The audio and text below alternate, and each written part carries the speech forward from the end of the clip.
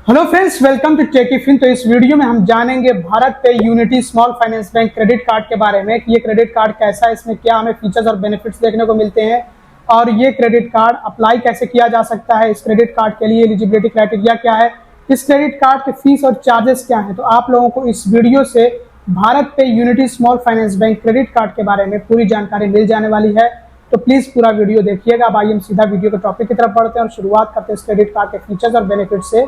तो ये एक life time free credit card है, किसी तरह की कोई ज्वाइनिंग फी या फिर एनुअल फी नहीं होगी और रुपे नेटवर्क के साथ में आता है, तो इसलिए आप इसको यूपीआई के साथ में भी जोड़ सकते हैं और इससे यूपीआई ट्रांजेक्शन भी कर सकते हैं। इस क्रेडिट कार्ड में आपको ऑटोमेटेड ईएमआई कन्वर्जन का ऑप्शन मिलता है। अब इससे क्या होता है कि जो आपने इस क्रेडिट कार्ड से खर्चे किए होंगे, अगर आप उसको पे ना कर पाए तो ऐसे में जो अमाउंट आपका आउटस्टैंडिंग में होता है, यानी कि बकाया होता है, जिसका आपको पेमेंट करना होता है, ड्यू डेट गुजर जाने के बाद भी अगर उसका पेमेंट नहीं होता है तो वो अमाउंट अपने आप ही ईएमआई में कन्वर्ट हो जाएगा। अब आपके दिमाग में ये सवाल आ सकता है कि ये अपने आप ईएमआई में कन्वर्ट हो जाएगा तो इस पे कुछ इंटरेस्ट चार्ज भी तो लगेगा। तो जी हाँ, इसका रेट ऑफ इंटरेस्ट होगा 2% मंथली और ये रिड्यूसिंग बैलेंस पे होगा। लेकिन आपको कुछ समझना पड़ेगा कि अगर आपका बकाया जिसका आपने पेमेंट नहीं किया हुआ है, मान लीजिए कि आपने अपने क्रेडिट कार्ड से खर्चे किए हुए हैं और ड्यू डेट यानी कि लास्ट डेट गुजर जाने के बाद भी आप उसका पेमेंट नहीं करते हैं, तो वो अपने आप ईएमआई में कन्वर्ट हो तो जाएगा, लेकिन इसके लिए भी मिनिमम अमाउंट की एक रिक्वायरमेंट है।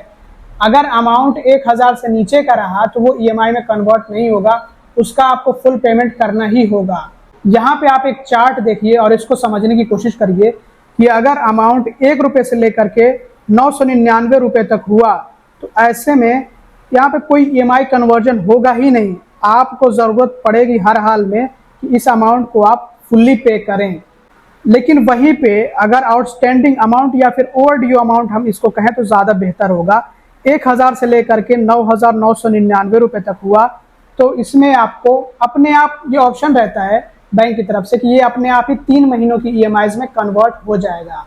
और वहीं पे अगर बकाया राशि यानी कि ओवर ड्यू अमाउंट 10,000 या फिर इससे ऊपर का है तो इसमें आपको 12 महीनों की ईएमआईज का ऑप्शन मिलता है और आप खुद अपने से अपना प्रेफरेंस चूज कर सकते हैं। इसमें 12 महीनों तक का इसमें आपको ईएमआईज का ऑप्शन मिलेगा।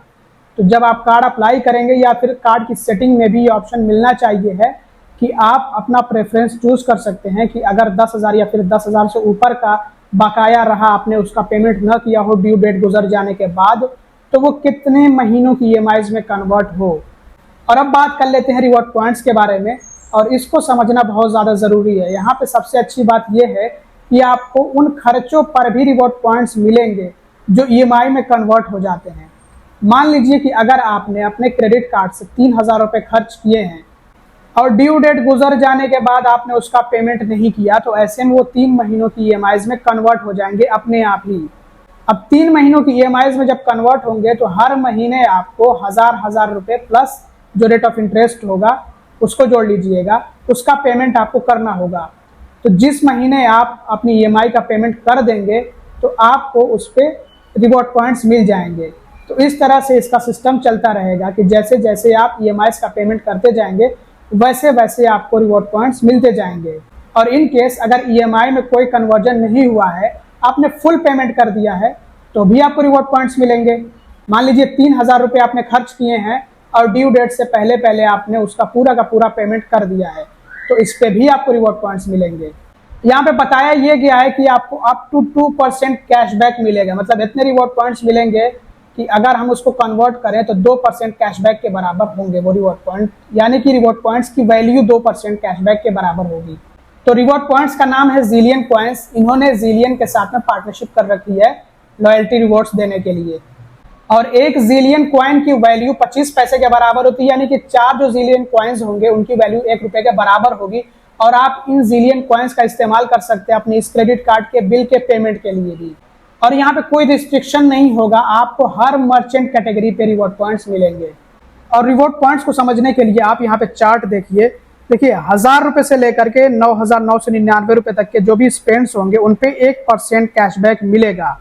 1% कैशबैक का मतलब ये होता है कि इतने रिवॉर्ड पॉइंट्स मिलेंगे कि उनकी वैल्यू 1% कैशबैक के बराबर होगी। और इसी तरह से अगर 10,000 या फिर 10,000 रुपये से ऊपर के स्पेंड्स हुए तो उन पे 2% का कैशबैक मिलेगा। इसके अलावा इस क्रेडिट कार्ड से आपको कॉम्प्लीमेंट्री एयरपोर्ट लाउंज एक्सेस भी मिलते हैं। तो डोमेस्टिक एयरपोर्ट लाउंज एक्सेस आपको पर क्वार्टर यानी कि तिमाही में 2 बार ही मिलेंगे। डोमेस्टिक का मतलब ये होता है कि इंडिया में, और आउटसाइड इंडिया भी आपको 2 कॉम्प्लीमेंट्री एयरपोर्ट लाउंज एक्सेस मिलते हैं साल भर में 2 बारी इंडिया के बाहर, और पर क्वार्टर यानी कि तिमाही में 2 बारी इंडिया के अंदर।